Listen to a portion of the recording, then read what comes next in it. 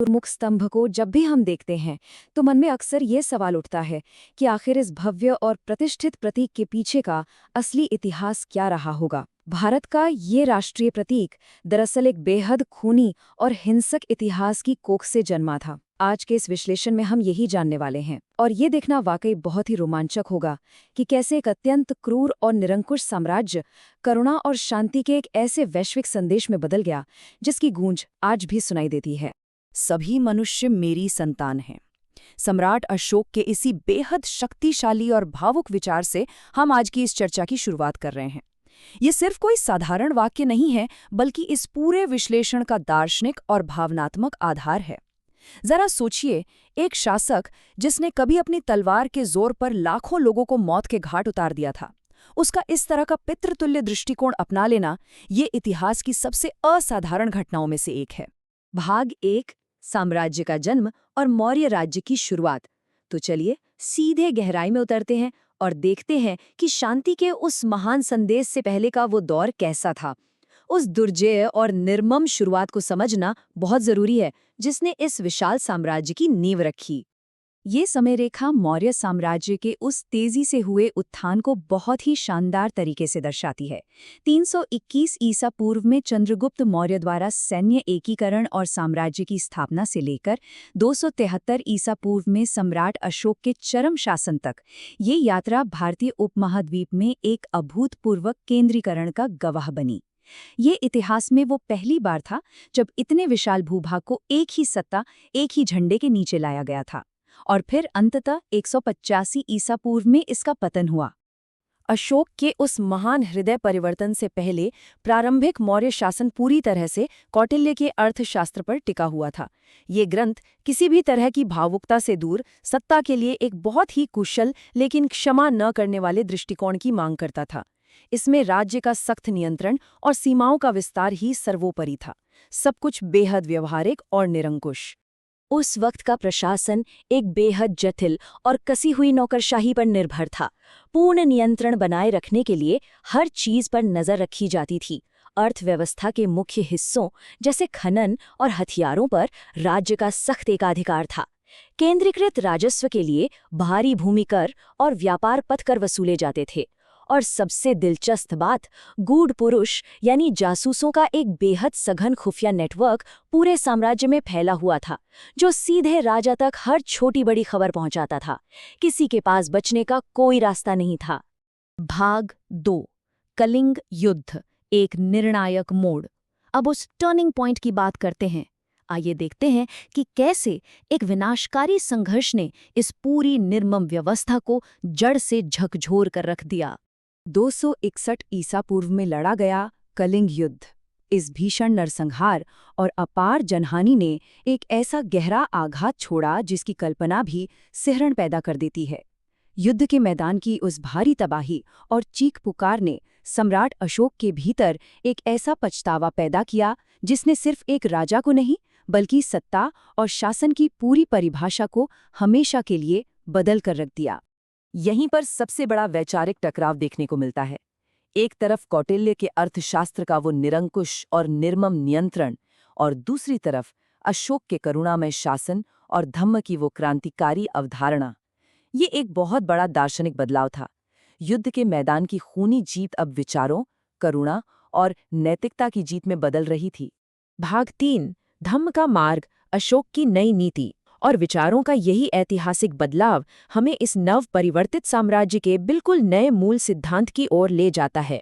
धम्म विजय, इसका सीधा और स्पष्ट अर्थ था कि अब तलवारों के बल पर खून बहाकर साम्राज्य की सीमाओं का विस्तार नहीं किया जाएगा। इसके बजाय लोगों का कल्याण, सच्चाई और एक नैतिक प्रशासन सबसे ऊपर होगा। एक विश्व साम्राज्य के नजरिए से देखा जाए तो यह एक अविश्वसनीय और अभूतपूर्व बदलाव था। भाग 4, कल्याणकारी राज्य, प्रशासनिक सुधार। अब ये देखना बड़ा दिलचस्प होगा कि इस नए नैतिक दर्शन ने जमीनी स्तर पर इस विशाल उपमहाद्वीप के रोजमर्रा के प्रशासन को आखिर कैसे बदल दिया। राज्य ने रातों रात अपनी प्राथमिकताएं पूरी तरह से बदल दी। अब सारा फोकस साम्राज्य के विस्तार पर नहीं, बल्कि सार्वजनिक स्वास्थ्य और अहिंसा पर था। जरा सोचिए, उस प्राचीन काल में मनुष्यों के साथ साथ जानवरों तक के लिए अस्पतालों की स्थापना की गई, शाकाहार को बढ़ावा दिया गया और फालतू की पशु बलि पर रोक लगा दी गई। समाज में सद्भाव बना रहे और लोग इन नैतिक नियमों का पालन करें, इसके लिए धम्म महामात्र नाम के विशेष अधिकारियों की बाकायदा नियुक्ति की गई। प्राचीन विश्व के हिसाब से ये अवधारणा कितनी क्रांतिकारी थी, इसका अंदाजा इस बात से लगाया जा सकता है कि राज्य खुद धार्मिक सहिष्णुता और आपसी सम्मान को प्रायोजित कर रहा था। बिना किसी भेदभाव के सभी संप्रदायों के बीच सामंजस्य स्थापित करने का ये विचार, ये आज की हमारी आधुनिक दुनिया के लिए भी एक बहुत बड़ा और ज़रूरी सबक है। लेकिन अब इस पूरी प्रक्रिया में एक परिवर्तित सम्राट के सामने एक बहुत ही बड़ा और व्यावहारिक सवाल खड़ा हो गया। ये कैसे सुनिश्चित किया जाए कि शांति और करुणा के ये नए सिद्धांत केवल एक शासक के जीवनकाल तक ही सीमित न रह जाएं?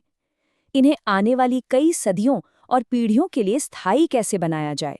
भाग 5, पत्थरों में क्रांति, मौर्य कला।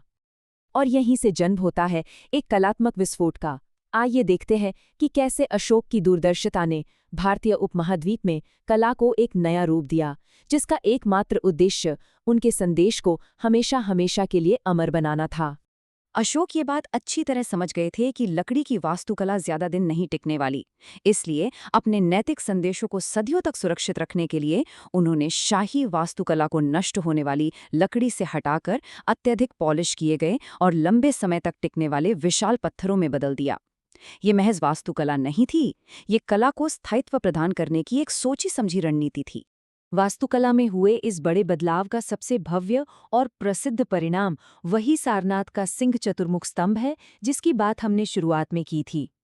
चुनार के बारीक बलुआ पत्थर से बना सजीव पशु आकृतियों वाला ये स्तंभ नैतिक शासन का इतना शक्तिशाली प्रतीक बन गया कि आज भी ये भारत के राष्ट्रीय प्रतीक के रूप में हमारे लोकतांत्रिक मूल्यों की पहचान है।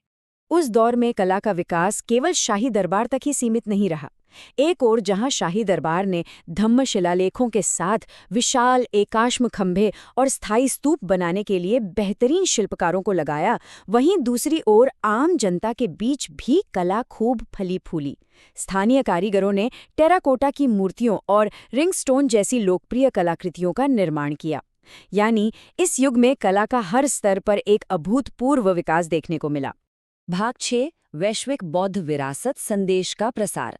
अब आइए इस बात पर गौर करते हैं कि कैसे इन स्थानीय प्रशासनिक और कलात्मक सुधारों की लहर सिर्फ भारत की सीमाओं तक नहीं रुकी, बल्कि इसने बाहर निकलकर पूरे वैश्विक इतिहास को ही आकार दे दिया। अशोक के संरक्षण में मौर्य राज्य ने बहुत ही सक्रिय रूप से अपने इस नैतिक ढांचे और बौद्ध शिक्षाओं का अन्य देशों में प्रसार किया। बाकायदा तृतीय बौद्ध संगीति का आयोजन किया गया और 9 अलग-अलग देशों में दूत भेजे गए। यहाँ तक कि अशोक ने अपने खुद के पुत्र महिंदा और पुत्री संघमित्रा को श्रीलंका भेजा। इन्हीं प्रयासों की बदौलत बौद्ध धर्म की नींव एक प्रमुख वैश्विक धर्म के रूप में इतनी मजबूत हो पाई।